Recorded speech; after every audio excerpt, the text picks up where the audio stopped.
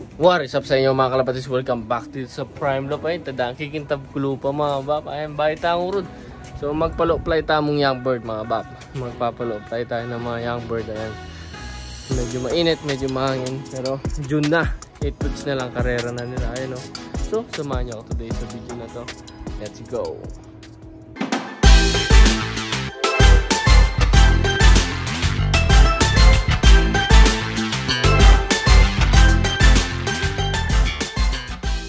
Na sila mga kalapatid, so palabasin na. Ay, si Shorty, Shorty, shoutout ka. Shoutout kaya kayo ng mga bapa ko ang pondara ko, alden nyo lang mag-low fry rin bombami ngayon. Ayan, bakit tayo pala narin yung bird tamo.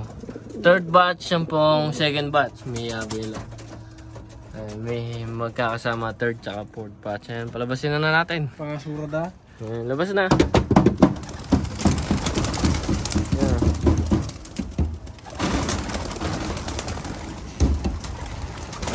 Kakahiyaan pa. Ayan, labas. Ayan, isa na lang daw. Bulabugin mo. Baka bulabugin pa ng iba. Ayan o. Ay, dana. Arumi, nga paspas lo. Arumi, paspas lo. May gisan lo. Ayan, bali. Markal pa naman. Ayan o. Ngamod ng algen. Ayan mga bak. Low-fly lo. Benta mo nung matindi lo. Para na ay wise lo.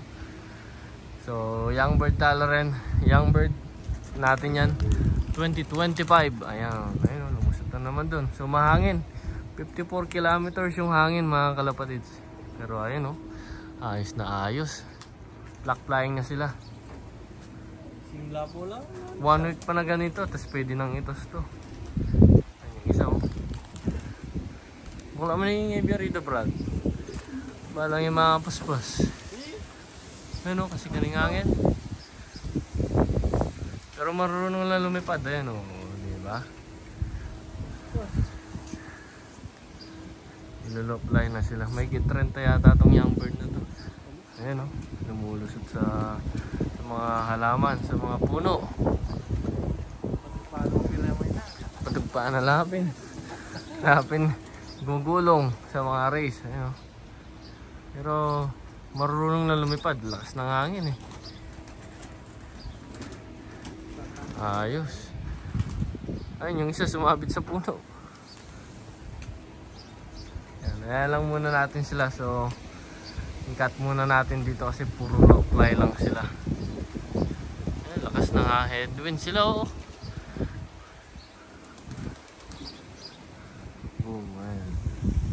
Ayun mga bap, palanding nila.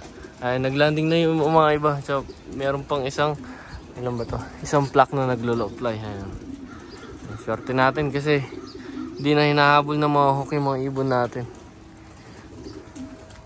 Ayun, so, ito yung mga young bird natin. Ayan o.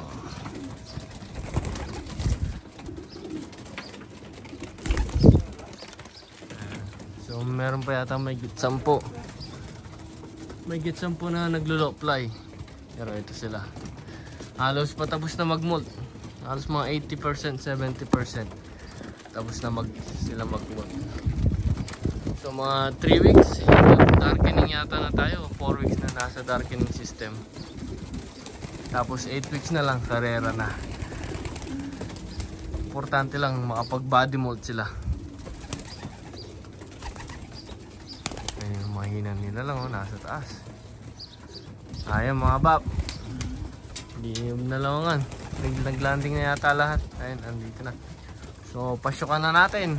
Papasukin na natin. Hiningal yung isa Mukhang neto eh. Ayan, papasukin na natin.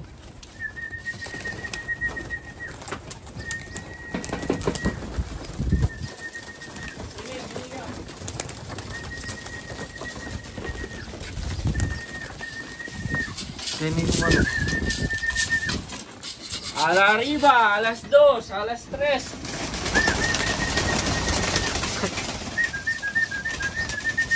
Come on.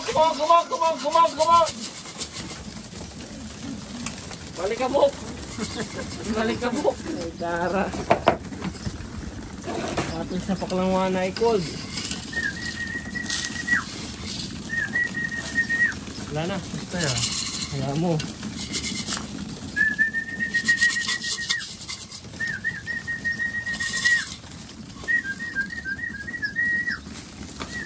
Parang ang daming kulang.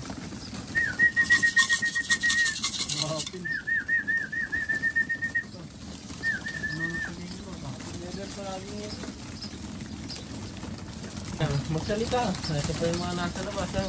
Oh, ito pa daw yung mga nasa labas ha. Kung ano ba? Dapat.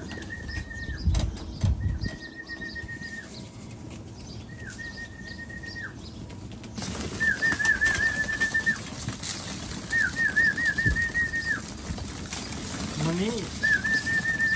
Mani. Magmani lang. Mani. Paluban. Ito nga mo. Ito nga ito. Hindi mo malata. Ayun mga kalapatids. So hanggang dun lang yung video natin. Ito na sila. Tapos na silang kumain. Mga Tom Jones na sila. Mga busog na pala. Hindi Tom Jones. So kung nagustuhan niyo itong video, i-like mo, share mo, subscribe mo dito sa Prime Love Pigeon Racing. Ayan yung mga birdie birds natin. Ayan o. Diba? Ayun. So Prime Love here from Edmonton, Canada. See you guys next vlog. Babush!